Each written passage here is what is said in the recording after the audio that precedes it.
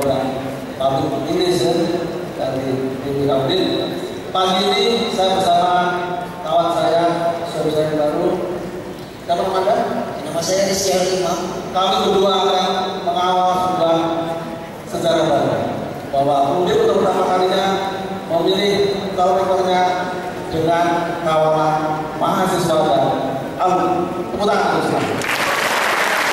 Seperti yang Anda tahu, di zaman saya tidak pernah ada rektor Undip yang dikawal oleh mahasiswa dan alumni.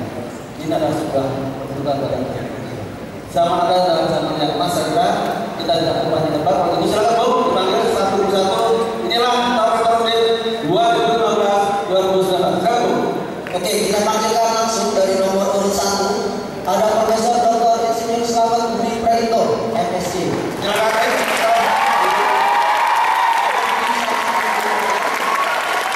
Ya, kemudian lagi juga satu. Oke, yang kedua ada Profesor Dr. Arif Arifin. Oke, bisa dibawakan saja.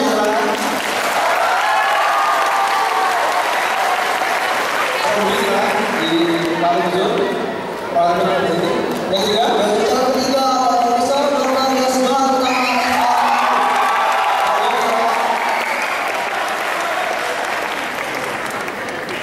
Oke, dan yang keempat ada Profesor Oki Karnarajasa.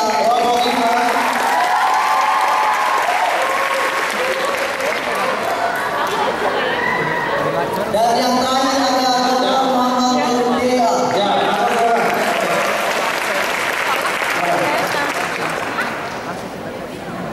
Saya juga sama dulu para kawan-kawan.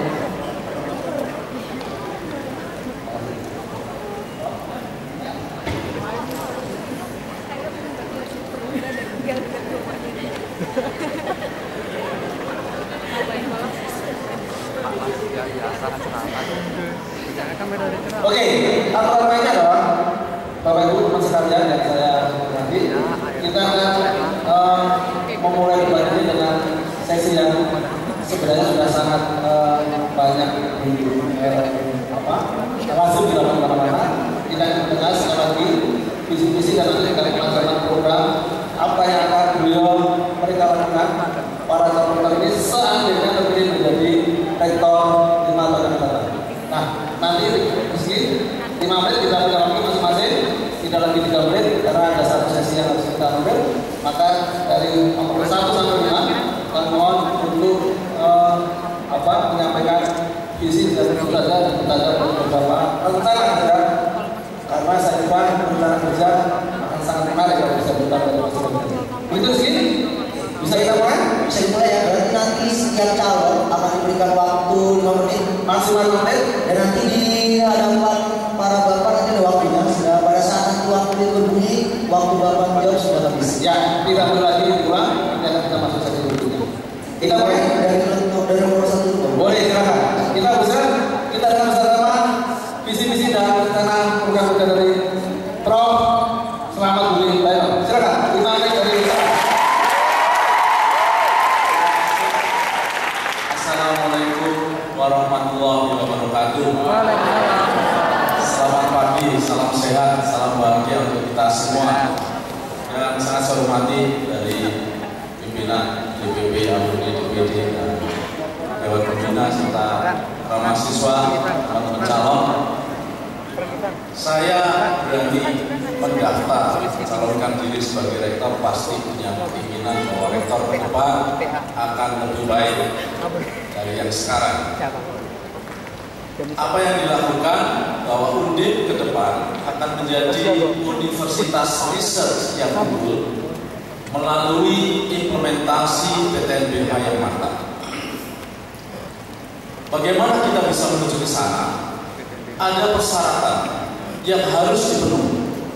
Yang pertama adalah persyaratan internal, bahwa program studi S1 di Undip saat ini yang kualifikasi akreditasinya A itu baru 51%. Maka di akhir 2016 paling sedikit ada 42 program studi S1 yang terakreditasi A, yaitu 87%. Kemudian yang kedua, kalau kita bicara tentang akademik lagi, akreditasi Undip itu untuk jadi PTNBH harus A, dan 2018 mau habis. Maka 2016 harus mulai menyusul. Untuk bisa menyusul, yang sekarang kurang dan perlu terus disempurnakan adalah pangkalan data universitas, di mana data mulai dari aset, keuangan, tenaga dosen, tenaga pendidikan, dan aktivitas-aktivitas yang dilakukan, termasuk alumni dan tracing alumni, harus menjadi satu pusat data dan informasi. Dengan begitu maka proses untuk mendapatkan informasi apa saja itu akan jauh lebih mudah. Kemudian yang ketiga, untuk menjadi universitas riset yang unggul dengan implementasi PTNBH itu diwajibkan mendapatkan penghasilan atau pendapatan dari kerjasama minimum 100 miliar. Untuk itu tidak mungkin kita hanya seperti yang sekarang kita lakukan. Kedepan yang pertama, untuk bisa mendapatkan hasil kerjasama dari internal harus bisa menggerakkan revenue generating activities. Dari yang paling sederhana saja, misalnya bagaimana hasil-hasil research ini kemudian bisa diakomodasi di dalam sebuah unit. Boleh disebut perusahaan, boleh disebut dengan badan, yang kemudian bisa menghasilkan teknologi yang bisa diindustrialisasi. Dan saat ini ada 35 proses paten yang sudah terjadi di Undip, dan baru 9 yang mendapatkan paten, dan ke depan harus kita selesaikan untuk bisa mendapatkan. Kemudian yang kedua, RJA itu sebenarnya tidak perlu dari mana-mana. Mahasiswa, dosen, kalau bisa tahu jumlahnya, dosen itu ada 1.702, karyawan 1.200 lebih, mahasiswa hampir 40.000, dan itu adalah sumber daya. Ya. Kalau kita punya rumah susun untuk mahasiswa di Sunawa, di sana belum ada kantin. Sebenarnya kantin itu akan memudahkan mahasiswa kalau malam mau makan, mau ngobrol dan sebagainya. Tapi juga menghasilkan pendapatan, dan juga nantinya kalau bisa dibuat one stop shopping, sehingga mahasiswa, karyawan, dosen bisa memenuhi kebutuhannya di dalam kampus. Yang ketiga, bagaimana mahasiswa itu, karyawan dan dosen memenuhi semua kebutuhannya ada di kampus. Impian saya itu 80% waktunya itu kalau bisa ada di kampus. Jadi berangkat bisa saja mahasiswa itu nggak usah mandi, olahraga, habis olahraga mandi di kampus, kuliah, makan di kampus, belajar di kampus, pulang tinggal tidur. Semua fasilitas kita coba, dan nampaknya itu services, tapi sebenarnya juga revenue generating activities. Kemudian itu masalah internal, belum masalah kita bicara tentang keuangan. Ke depan memang harus ada transparansi. Yang paling mudah, langkah yang paling mudah yang harus kita lakukan adalah bagaimana kita melakukan virtual banking. Banyak ada mantan direktur dari masih tahu ya. Sehingga yang namanya real time keuangan masing-masing fakultas sudah diambil berapa, anggarannya berapa, ditanggung jawab berapa. Ya, baik, terima kasih. Ya,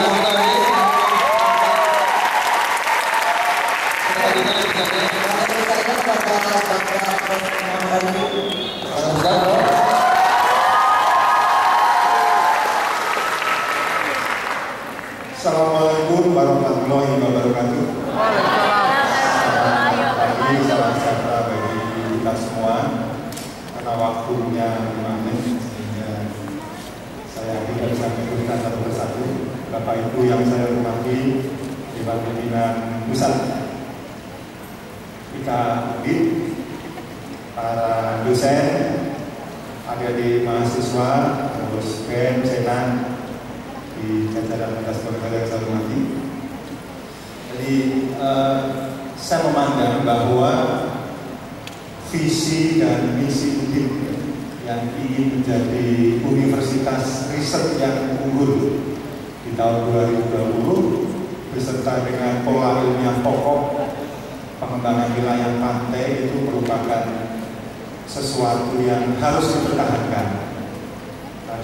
Mengapa? Karena menjadi universitas riset itu merupakan kunci bagi Undip untuk berperan di dalam mencerdaskan kehidupan bangsa. Karena seperti kita tahu bersama bahwa bangsa kita akhir-akhir ini menunjukkan kepandaiannya, tetapi belum sempurna menunjukkan kecerdasannya. Bangsa-bangsa yang cerdas di dunia ini, kalau kita cermati satu persatu, mereka adalah bangsa-bangsa yang penuh dengan inovasi baru, penuh dengan penemuan-penemuan baru, dan ini hanya bisa diperoleh kalau mahasiswa yang kita luluskan itu terbiasa dengan budaya riset. Oleh karena itu, riset university adalah sebuah visi yang tidak bisa ditawar-tawar lagi untuk bisa diteruskan. Demikian juga dengan pola ilmiah pokok yang berupa pengembangan layar pantai, yang selama ini kita selalu mengungguli laut. Sudah saatnya kita menghadapi laut. Oleh karena itu, isu tentang pola ilmiah pokok ini harus kita buka terus dan kita teruskan. Yang kedua, sampai dengan tahun 2014 dan menginjak tahun 2015, capaian keberhasilan UNIF di dalam menuju universitas riset ini masih sampai dengan embrio universitas riset. Kalau kemudian di tahun 2020 kita ingin menjadi bayi yang lahir menjadi universitas riset, masih banyak aral yang melintang di depan kita. Di antaranya adalah hambatan-hambatan birokrasi, hambatan-hambatan internal, di antaranya adalah variasi antar fakultas dan sebagainya. Di samping itu, di luar hambatan-hambatan ini ternyata kita mendapatkan berkah di akhir tahun 2014 dengan dinaikkannya status UNIF menjadi perguruan tinggi berbadan hukum. Berbadan hukum yang sebelumnya kita itu statusnya adalah badan layanan umum. Saya melihat bahwa perubahan status menjadi perguruan tinggi berbadan hukum itu ibaratnya jalan tol yang melentang di depan mata kita. Oleh karena itu, kesempatan bagi kita semua untuk bisa mengakselerasi tercapainya universitas riset yang unggul ini dengan pola ilmiah pokok pengembangan layar pantai melalui jalan tol yang sudah kita buka tadi. Perlu kami sampaikan untuk Bapak Ibu dan adik-adik ketahui bersama bahwa kata kunci di dalam PTNBH adalah otonomi. Yang pertama adalah otonomi di bidang akademik. Artinya kita mendapatkan keleluasaan untuk mengembangkan aspek-aspek akademik yang selama ini kita banyak terbelenggu oleh aturan-aturan birokrasi yang kemudian mengerem laju gerakan kita. Dengan otonomi di bidang akademik, maka kita akan memiliki keleluasaan untuk mengembangkan kurikulum, mengembangkan program studi yang sesuai dengan perkembangan kebutuhan, kemudian menentukan standar mahasiswa yang akan kita rekrut, kemudian kita mempunyai keleluasaan untuk merekrut dosen dan lain sebagainya yang selama ini akan menghambat kita. Di aspek yang lain, otonomi perguruan tinggi itu adalah aspek non-akademik. Di antaranya adalah otonomi di bidang budgeting, pengelolaan keuangan, rekrutmen tenaga kerja non-dosen, kemudian pembelanjaan, kontrak kerja dan lain sebagainya. Dan kalau dua aspek otonomi ini kita manfaatkan, maka akan bisa kita manfaatkan untuk mengakselerasi capaian visi. Terima kasih. Kemudian langsung ke tawaran juga ada Prof. Yosua Utama.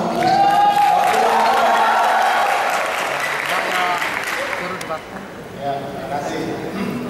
Salam mahasiswa dulu. Hidup mahasiswa. Assalamualaikum warahmatullahi wabarakatuh. Waalaikumsalam. Ya, terima kasih. Saya maju jadi calon rektor. Padahal saya sudah menjabat dekan kedua kali. Apa yang dicari? Apa yang dicari? Saya tidak maju kalau tidak kepastian. Mari kita lihat bersama-sama. Apa sebetulnya tugas rektor? Rektor adalah orang pelayan, maka dia harus menjawab semua kebutuhan dari sivitas akademik. Terjadi apa? Udin peringkat diplomatik depan, masuk kelas dunia segala macam.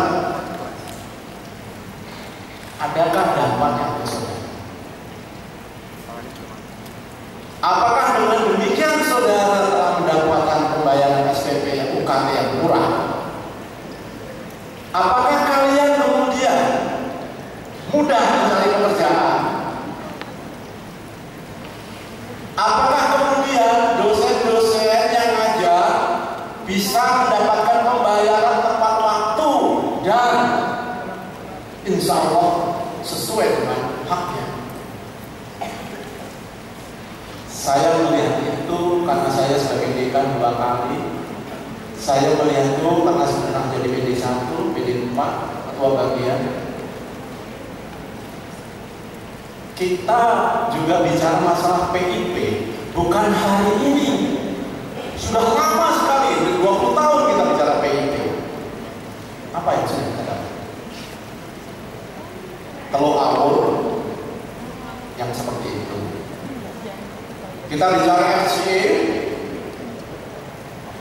ya, makanya saya ingin yang sederhana saja, yang di depan mata. Kita bicara FCE, apa yang kita dapat? PTNBH kuncinya adalah kemandirian di bidang ekonomi, mumpuni. Tapi mari lihat berapa FCE yang kita punya.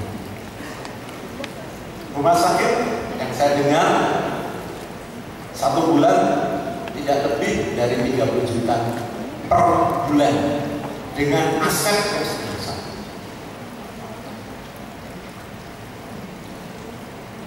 Pompa bensin, bahkan kami pun sebagai dekan nggak pernah tahu. Nah, kunci dari semuanya adalah pencapaian internasionalisasi itu bukan suatu cara, tapi keharusan. Itu keharusan. Siapapun rektor. Tapi kita ke dalam harus siap mumpuni untuk menjawab kesejahteraan sivitas akademika. Saya memberikan contoh dan sekaligus bukti karena seorang hukum. Berapa biaya riset yang kita berikan? Gontorkan dari masing-masing fakultas. Saya pastikan di fakultas saya tertinggi jumlahnya setiap besok.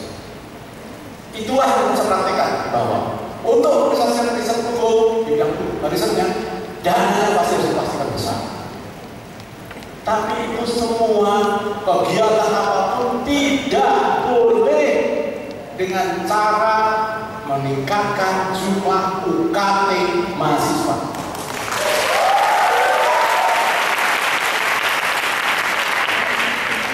Insya Allah saya jadi rektor. Jika memang dibenarkan aturan, UKT mahasiswa akan saya turunkan.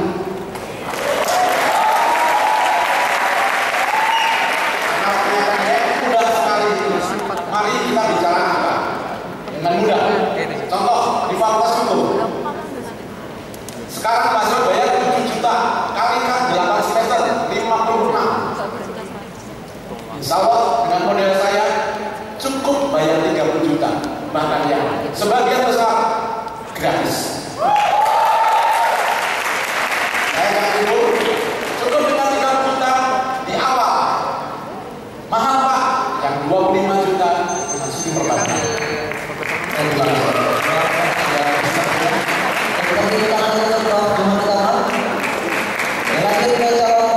Kepada Bro Oki dipersilakan waktu sama Bro 5 menit. Assalamualaikum warahmatullahi wabarakatuh. Salam sejahtera untuk kita semua. Saya dianggap oleh beberapa rekan guru besar masih terlalu muda untuk maju. Tapi dalam konsep saya, life begins at 50. Hidup dimulai dari 50. Saya mempunyai visi sebagai calon rektor adalah pemimpin amanah yang akan mengawal Undip menuju universitas yang unggul dengan mengembangkan jejaring global. Kemudian visi saya adalah akselerasi menuju universitas riset yang unggul melalui komunikasi dan sinergi. Komunikasi dan sinergi ini adalah hal yang harus ditingkatkan. Nah, bagaimana dengan saya maju sebagai calon? Ini adalah berangkat dari kegelisahan saya terhadap situasi Undip saat ini, padahal kita tinggal 5 tahun menuju universitas riset. Maka Undip memerlukan pemimpin yang relatif muda, kreatif, inovatif, mau mendengarkan, mengayomi, dan yang paling penting siap mengambil resiko. Undip memerlukan pemimpin yang siap mengambil resiko. Oleh karena itu, saya siap mengambil resiko untuk mengembangkan Undip melalui beberapa program yang akan saya sampaikan sebagai berikut.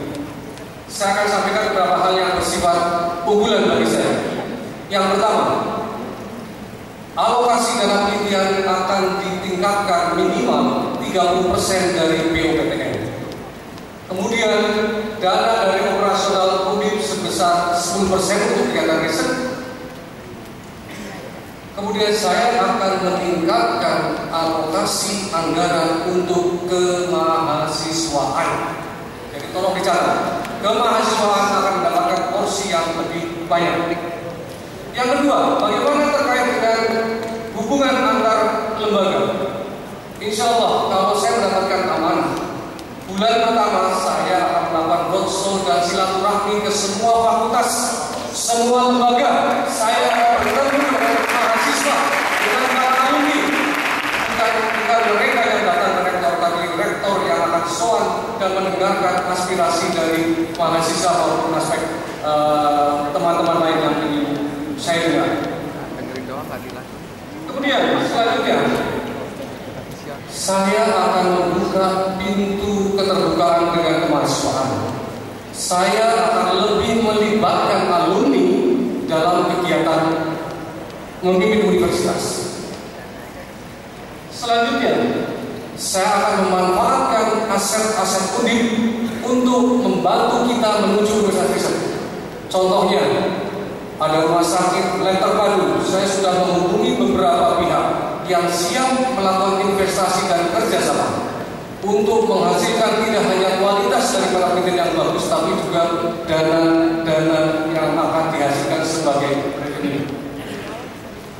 Kemudian selanjutnya ada aset-aset yang nganggur. Sebagai contoh, tower sudah zaman Pak Nur itu. Jadi PLK sampai sekarang belum ada apa-apa yang dapat menghasilkan. Saya sudah melakukan pendekatan dengan salah satu TV swasta nasional yang nanti akan membantu mengembangkan pemanfaatan tower sekaligus membangun TV Undip. Masa Undimus punya TV, kita nggak punya TV, ya kan?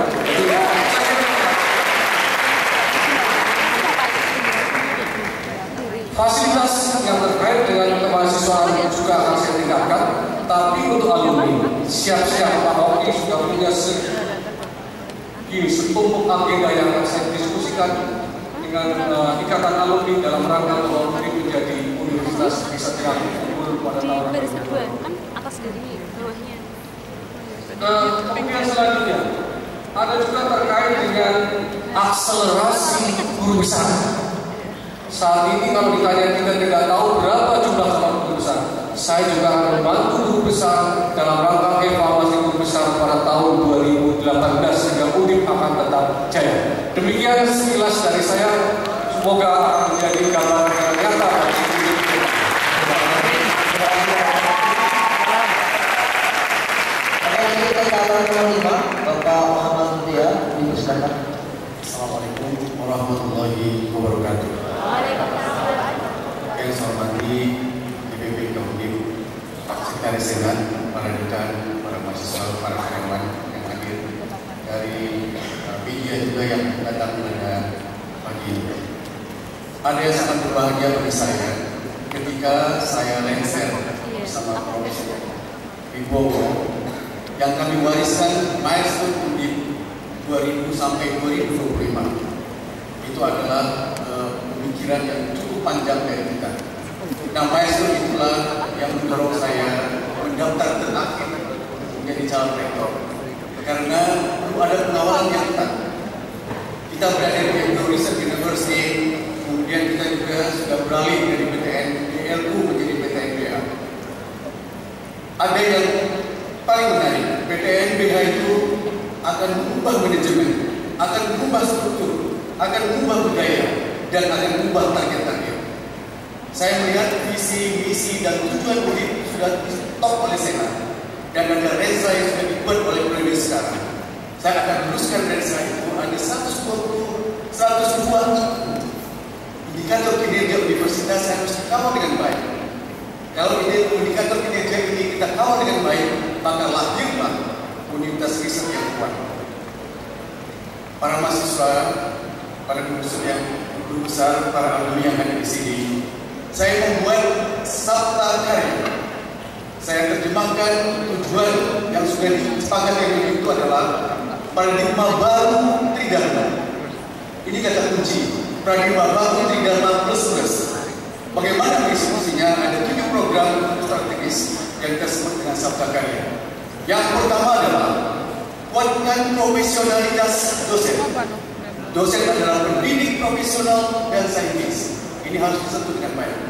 Ketika seorang dosen mengatakan dia adalah pendidik profesional, yang dihasilkan adalah alumni-alumni yang unggul.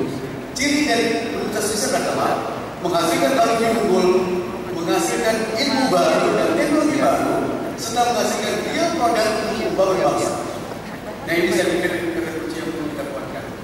Kemudian kuatkan kompetensi lulusan.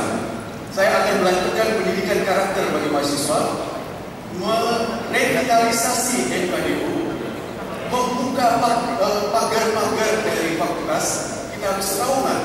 Saya akan mengarahkan universitas menjadi universe, satu kata, tidak ada kata-kata fakultas.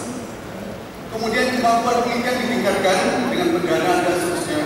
Kemampuan publikasi nasional dan internasional akan saya kuatkan dengan alhamdulillah kami di fakultas dari 107 yang terindeks fokus pada tahun 2014 berada di 23 dari fakultas saya. Saya secara pribadi menyumbang 4 yang terindeks fokus pada tahun 2014. Saya pikir saya akan mampu membawa para guru besar yang mempunyai kewajiban untuk publikasi dan melakukan riset dengan baik bersama-sama. Kemudian kerjasama nasional dan internasional dimaksimumkan. Saya sangat concern pada isu-isu global. Mungkin para alumni tahu bahwa yang pertama sekali mengirim anak-anak ke Harvard adalah ketika saya waktu PR4. Kemudian tidak satu rupiah pun dana berasal dari universitas ini. Kita jadikan dana sponsor supaya pendana juga bangga pernah mengirim orang-orang hebat Indonesia di masa depan. Kemudian optimalkan dukungan manajemen PTNBH dengan teknologi informasi. Yang paling serius adalah saya berencana melakukan pengelolaan dana lestari. Kami sudah memulai, kalau Bapak Ibu sekalian, para alumni dan adik-adik sekalian, cobalah singgah di SPBU kita di lantai